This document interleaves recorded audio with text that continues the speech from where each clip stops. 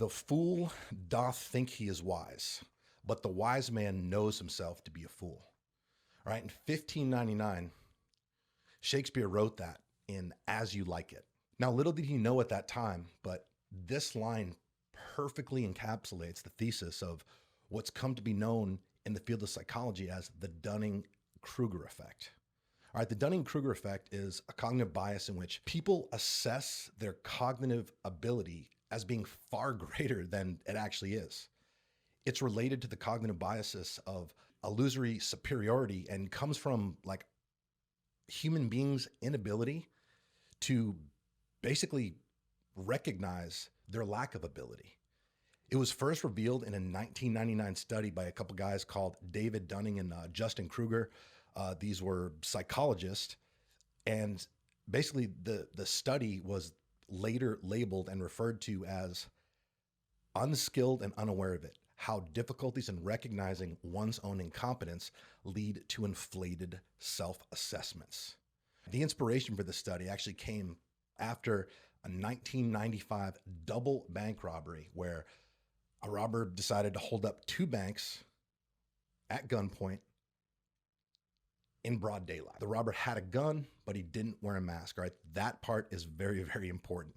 He had a gun, but didn't wear a mask, despite robbing multiple banks in broad daylight. Obviously, banks have cameras, right? So he was recorded from, literally every move was recorded from every possible angle. Police immediately put his picture up all over the local news and almost instantly received multiple tips that helped them track the suspect down and ultimately make an arrest. Now, when they went to perform the arrest, they noted that the robber seemed just extraordinarily confused. An on-site FBI agent recounts hearing the robber say, "But I wore the juice." All right, that was a quote. And he was saying this as he was being escorted and hauled off to jail. Once being questioned and realizing that he was basically dead to rights, he made a deal, right, which would include him, pleading guilty in order to get a reduced prison sentence. Now, during his confession, where he basically admitted to being guilty and just kind of gave his reasoning for doing what he did, he basically let the detectives, the FBI agents, whoever was interviewing him, know that he didn't think he'd get caught because at one point of his life, he'd actually learned that lemon juice can be used as invisible ink.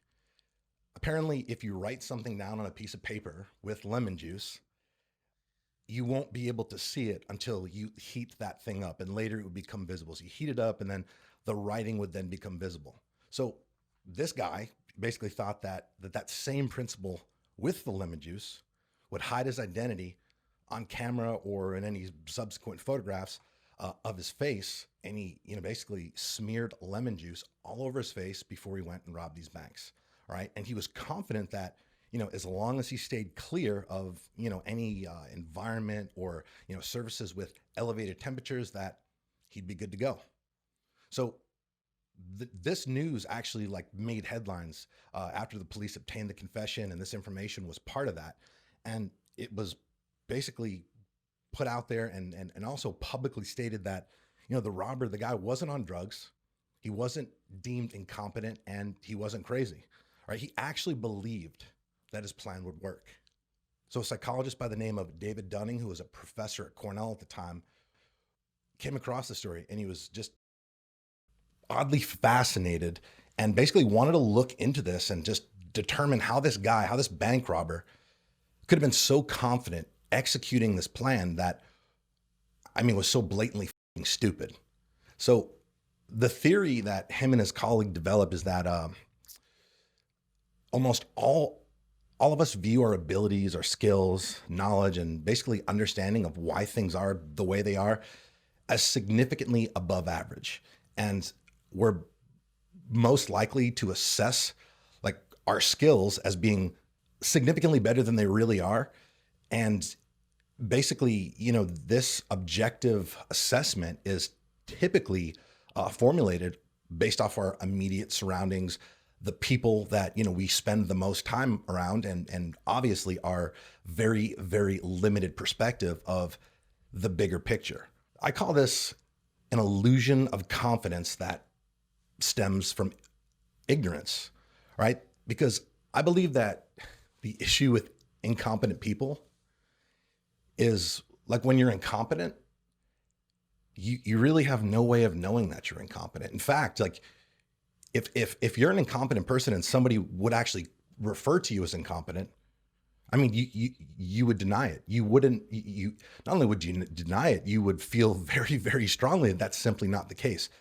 That's the problem with incompetent, closed-minded people who maintain a fixed mindset. The solution to this issue that plagues so many in society is learning to practice humility, all right? A lack of humility is a massive vulnerability. And it's a huge problem for so many because not just in the fact that it holds people back from growing, but because they're unaware of it. They're unaware of it, which puts them in a position where it's essentially impossible to evolve. It's impossible to improve. And, you know, not only that, you go through life, navigate your way through life, thinking you're doing all the right things. And then when you don't get the results, you become bitter, resentful, frustrated, negative. You adopt a victim mindset. So, you know, most people, they're going to tell you they're humble, right? They're going to tell you they practice humility if you were to ask them. But the easiest and most effective way to actually gauge humility is how people take or accept feedback, whether it's feedback from other people or feedback from the universe that comes in the form of results, or in most cases, like a lack of results. How open you are or are not to feedback essentially determines your ability to grow. I just don't know that like it's possible to get better if you can't accept feedback, whether it's through, you know, criticisms that you get from other people, whether it's from, you know, feedback you get from your boss, input you get from your friends, people who know you, or again, like the feedback that is all around you. Like your life is feedback. Every area of your life is feedback, good, bad, or indifferent. And it's there for a reason, guys. But you have to understand that it's there for a reason, and you have to look at it for what it actually is, which is a tool that's going to help you grow. People, unfortunately, they tend to only want to look at or seek out feedback that's comfortable, that's convenient, right? That feels good. You know, anything else is typically met with resistance, excuses, or an attempt to rationalize their behaviors and just kind of way of doing things. Without even thinking, people are going to immediately default to that course of action, because like at the end of the day, like human beings, we really enjoy being right. We just do. We like being right.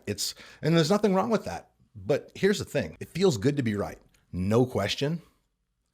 But whether we like it or not, the objective feedback is always there.